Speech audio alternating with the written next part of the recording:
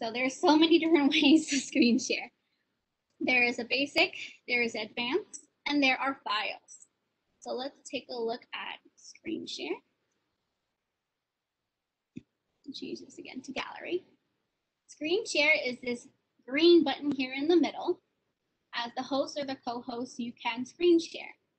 Now mine's going to look a little different because it's depending on how many screens you have and how many windows or how many programs you have open. So I'm currently using dual screen where I'm using my laptop and a computer monitor. And you'll see here I have desktop 1 and desktop 2. If you're only using one, it might say just screen or desktop only, where you won't have a second option. You'll see this 2 here. That means this is my second monitor. So I can choose, so it lets me know which one is the first one and which one is the second one. So if I wanted to do screen share, I'm just going to do this desktop 2 and select share. So now, oh no, everyone's gone. I don't know where my participants are. So here is my little floating bar, and it's showing this entire screen. Whatever is green is what is being shared with the students. So my entire screen has a green box, and that's what everyone sees. And you have this floating toolbar. See that I'm moving it. I can move it anywhere. Sometimes when I'm presenting, it's in my way, so I can move it out of my way.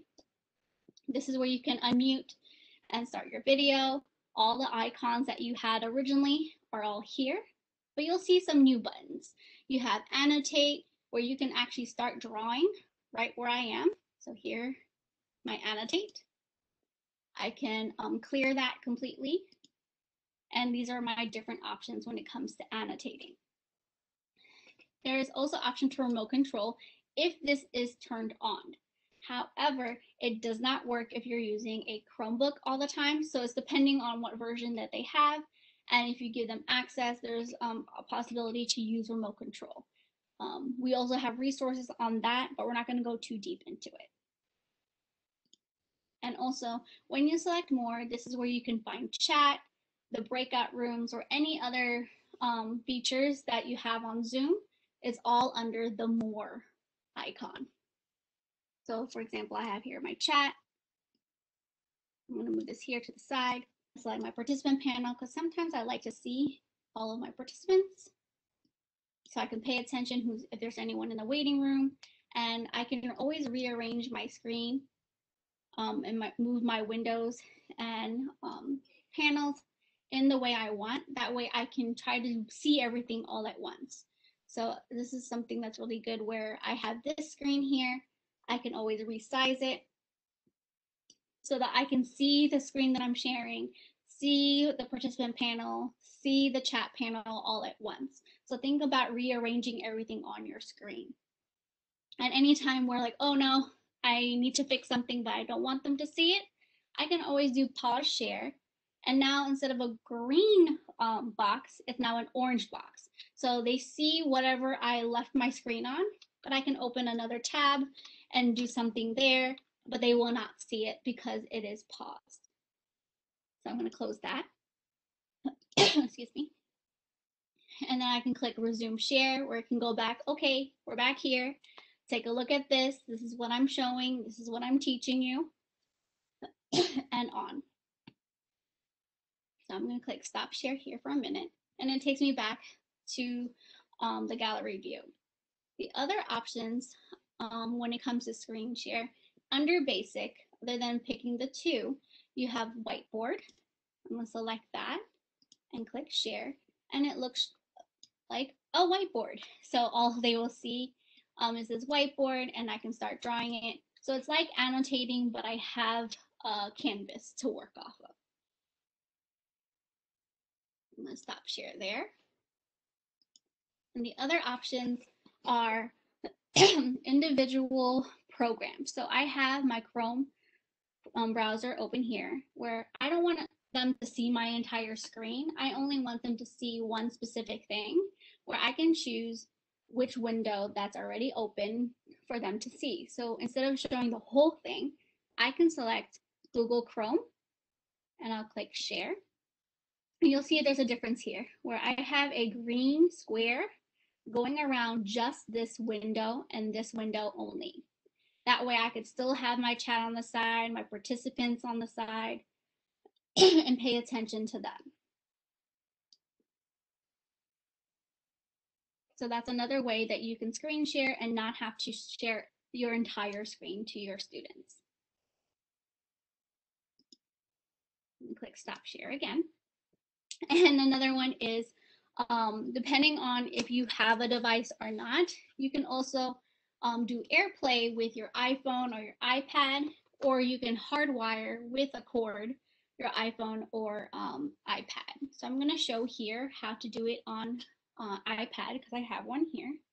I'm going to select iPhone/iPad via AirPlay. If you don't see this option, it's probably because you don't have this device or is not aware of it.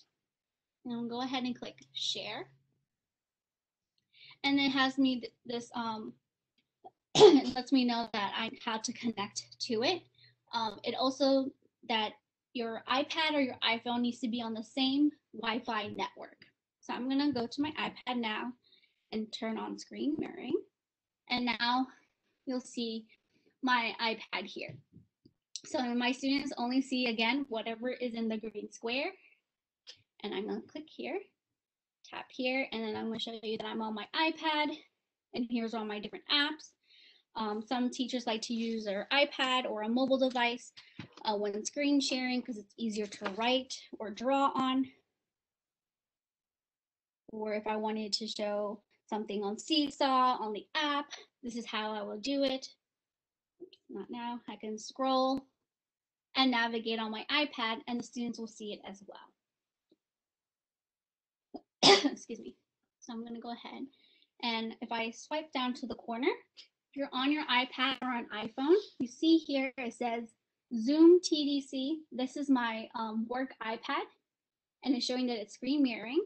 And if I tap on it, it shows a list of all the things I can screen mirror to. So I have a smart TV, so I have my living room TV showing, and this is where I will select the Zoom one when I'm doing screen share on an iPad. So I'm going to go ahead and click stop sharing, and it takes me back here, and I'll select stop share. That's how you will do screen share on an iPad. I'm going to come back again here to screen share and take a look at advanced. I'm not going to be going through all of these, but these are the options that you have.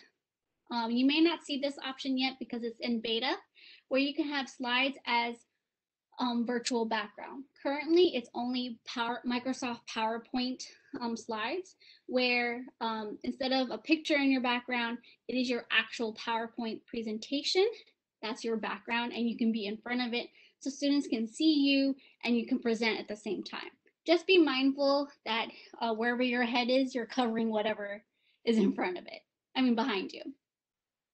The next one is portion of screen, where instead of just an app, I want everyone to look at the corner of my screen or just that part of my screen.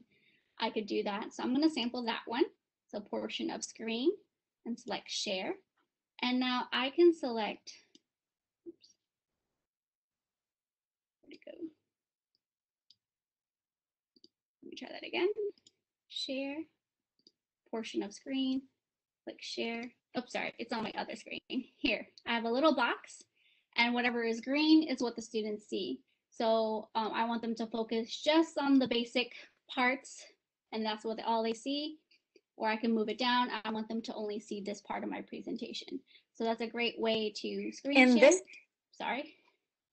No, if you want them to focus on something. If you have too much text, it's a lot easier for them. So I'm going to go ahead and click stop share. And again, if you click share screen again, these are the different options. You could do music and computer sound only.